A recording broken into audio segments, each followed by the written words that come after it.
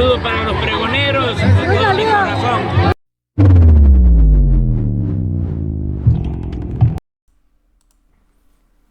Amigos, bienvenidos a una nueva transmisión más, es un placer estar nuevamente con ustedes, servidor Irvin Rodríguez, transmitiéndoles desde su canal Pregonero Informa. Antes de irnos de lleno a la información, si es de su agrado, apóyame con ese like, compártela, para que pueda llegar a más gente y se entere esta información. De antemano te quiero desear que sigas teniendo un excelente día, todavía nos encontramos a martes 23 de agosto del 2022, si me estás viendo por primera vez, muchísimas gracias por tu tiempo y por tu espacio, solamente pedimos tu apoyo con la suscripción, para que cada día podamos ser más en esta gran familia pregonera. Señores, ya que el día de hoy nos encontramos a martes, y como sabemos es el día del jaguar, martes del jaguar por parte de la gobernadora Laida Sansores San Román, y que ya se anunció que viene un nuevo audio, el cual, hay que decirlo, y que esté pendiente el SAT porque se van a revelar los manejos de Alito, en fin.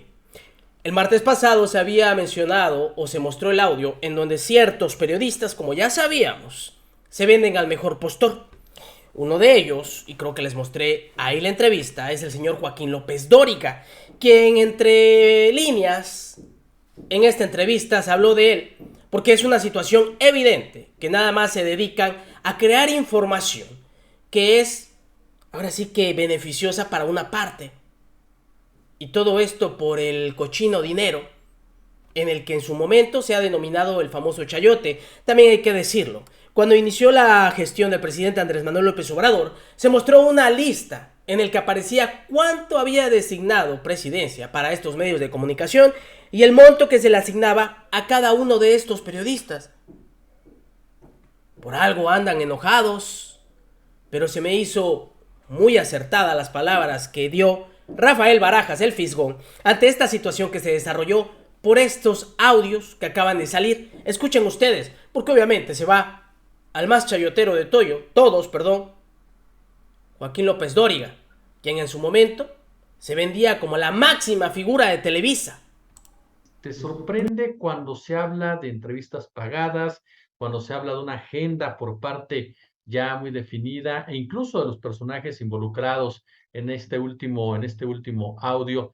Porque muchas veces hemos hablado, tú y yo, precisamente de lo que son los medios, de lo que es el golpe blando, de lo que son las agendas, pero en este caso hablar ya directamente de una práctica que tú y yo lo sabemos, ya tenemos tiempo en esto, tristemente se da de manera regular entre la relación política-medios. Pues mira, todos sabemos que eso es la moneda más corriente de las prácticas periodísticas mexicanas, digo, y eso es solamente la punta del iceberg, porque sabemos que existen toda una serie de mecanismos para financiar a los medios, a los grandes consorcios masivos de comunicación. Es decir, yo recordaba, a ver, mira, el tema de la corrupción en la prensa mexicana es un tema que lleva mucho tiempo. Empiezo desde hace muchísimos años con la aparición de los escritores a sueldo o gacetilleros. Es una práctica que se daba comúnmente en el siglo XIX y que fue muy común, digamos, en algunos momentos del siglo XIX, por ejemplo, en los gobiernos de San empezó a tratar al periodismo, a la prensa, a la información, estrictamente como un negocio. La verdad dejó de ser importante. Todo era negocio. Se vendían las planas, se vendían e incluso toda una serie de locutores o supuestos periodistas de televisión empezaron a hacer agencias de relaciones públicas. No se nos debe olvidar que a principios de este sexenio se hizo pública una lista de cómo en presidencia se habían gastado más de 1,000 millones de pesos en un grupito de periodistas. Y ahí viene el listado de periodistas, fulano de tal. Y esto, por supuesto, que dio pie, por ejemplo, a que hubiera periodistas que fueran increíblemente ricos, incluso periodistas que tenían más ingresos que los medios en los que trabajaban. Es decir, todo esto se dio. Sí, y yo sí creo que todo esto va acorde a las lógicas neoliberales. Es decir, si todo es negocio, pues todo se vale. Y todas las formas de negocio son válidas. Entonces, este audio, todo esto para decirte que este audio que vimos, que escuchamos, en el que un director, entiendo, de Radio Fórmula, uno de los propietarios de Radio Fórmula, le relata a Lito Moreno, le pone sobre la mesa, digamos, todo un menú de degustación, para decir, pues puedes trabajar con fulano, con sutana, con mengano, y tal, y le pregunta, ¿y cómo te fue con tal? Le dice, bueno, ya sabes que se ponen muy difíciles, pero tú me das las preguntas y yo las cuelo, por supuesto. Entonces, todo eso, por supuesto, es parte de una negociación que tiene que ver con este tratamiento de que la prensa, de que esta prensa neoliberal, todo lo ve como negocio. Es decir, esto de buscar la verdad, esto de actuar con ética, pues pasa a un segundo plano. Digo, no es que deje de existir, pero pues ciertamente pasa a un segundo plano. Es decir, cuando digo no deja de existir, es que yo estoy convencido de que sí hay gente en todos estos medios que actúa con convicción, que actúa con principio y que incluso los periodistas que mejor negocian sus espacios, yo creo que llega un momento en el que dicen, no, espérate, esto ya no lo puedo decir aquí, esto ya es demasiado, en fin. Pero lo que es muy interesante es que esto que se estaba negociando es relativamente reciente. Tiene que ver con el proceso electoral del 2021 y tiene que ver claramente con el caso de Clara Luz en Nuevo León. Sí, claro. Y escuchamos además a estos señores decir unas cosas que son increíbles, ¿no? Es decir, no, mira, a Clara Luz no le pegues mucho, porque entonces si le pegas mucho le vas a quitar votos y entonces estos votos se los va a llevar Movimiento Ciudadano y entonces esto no, es decir, es increíble. Es decir, es una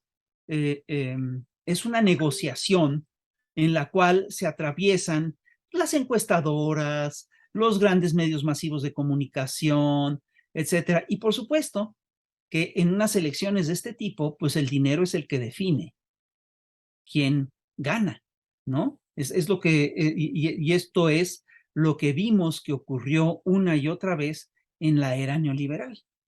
Todo estaba en venta, sobre todo los espacios noticiosos, informativos. No, les decía, y claro ejemplo, también no sé si recuerden ustedes, cuando el señor Joaquín López Dóriga también estaba entrevistando al impresentable de Javier Lozano. Y de repente se fue la luz cuando lo estaban exponiendo que el señor recibía una camioneta de un líder guachicolero.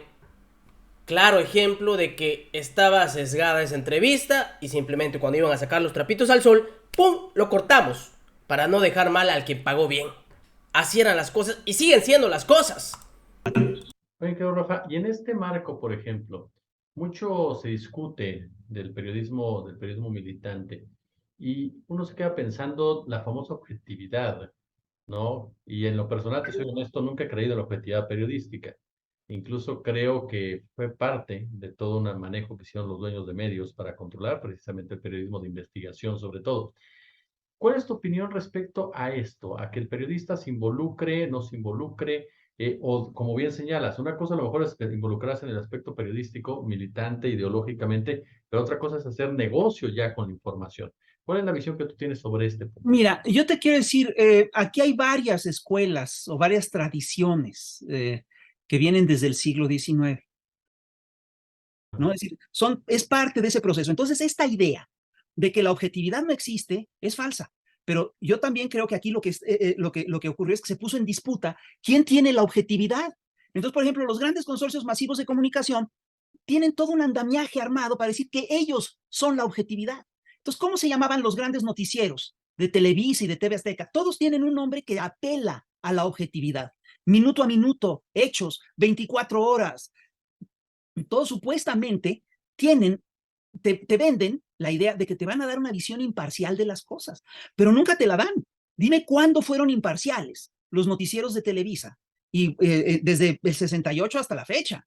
Siempre tomaron partido con la careta de que son imparciales. Es decir, primero nos venden la idea de que son imparciales, pero entonces ya asumido esa narrativa, entonces ya pueden contarte todos los sesgos darle todos los sesgos a la información que ellos quieren. Entonces, yo sí estoy convencido de que esta es una batalla muy fuerte. Entonces, es curioso porque la derecha, en México y en el planeta, se asume como la poseedora de la objetividad. Perdón, no lo es. Si tú revisas, en general, los análisis que vienen de la izquierda son mucho más documentados, son mucho más objetivos. Los análisis serios, por supuesto, claro que hay locos en todos los terrenos, ¿no? Pero suelen ser mucho más documentados, mucho más imparciales, mucho más objetivos, ¿no? Y a partir de ahí se asume una toma, se asume una posición que me parece que es lo correcto, ¿no? Es decir, yo creo que es perfectamente complementario. Entonces, ese es uno de los temas a discusión. El otro que tocas, que es muy interesante, es que en la era neoliberal todo estuvo en venta. Y es una cosa que se sabe en el gremio desde hace muchísimo tiempo. Cuando se habla de libertad de imprenta, en general, de lo que se está hablando es de la libertad del dueño de la imprenta. Quien ejerce realmente la libertad es el que dicta la agenda del medio. Porque ni siquiera los periodistas que trabajan en ese medio actúan con total libertad, porque con muchísima frecuencia están siendo acotados por el dueño del medio.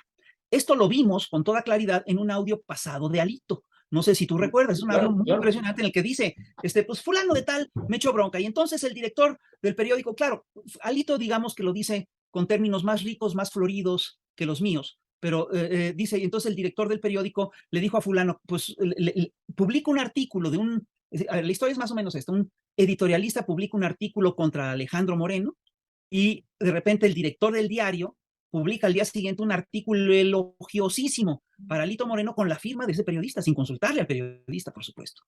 El periodista se indigna, se enoja y todo eso, pero pues el dueño del medio es el dueño del medio, ¿no? El dueño del medio es el que define que ese artículo sí sale. Y Alito lo dice muy bien. Aquí se habla bien de Alito. Esa es la cita textual que hace Alejandro Moreno en ese audio. Entonces, y así las cosas con estos medios de comunicación que son comprados por la oposición. Y el más claro ejemplo, pues son estos que se venden como los sabelotodos y como los, ahora sí que, dadores de la verdad. Cosa que sabemos que es mentira.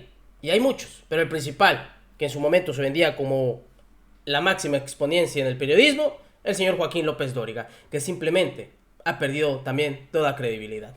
Nos vemos en una siguiente emisión, señores, que sigan pasando un agradable día. Servidor y amigo Irving Rodríguez, transmitiéndoles desde su canal. La verdad que se me hizo muy, ahora sí que, sensato presentarles las palabras que dio Rafael Barajas, el fiscón, ante esta situación del último audio que se presentó y que el día de hoy vamos a tener otro. Nos vemos hasta la próxima. La información está ahí y depende de todos nosotros el pregonarla.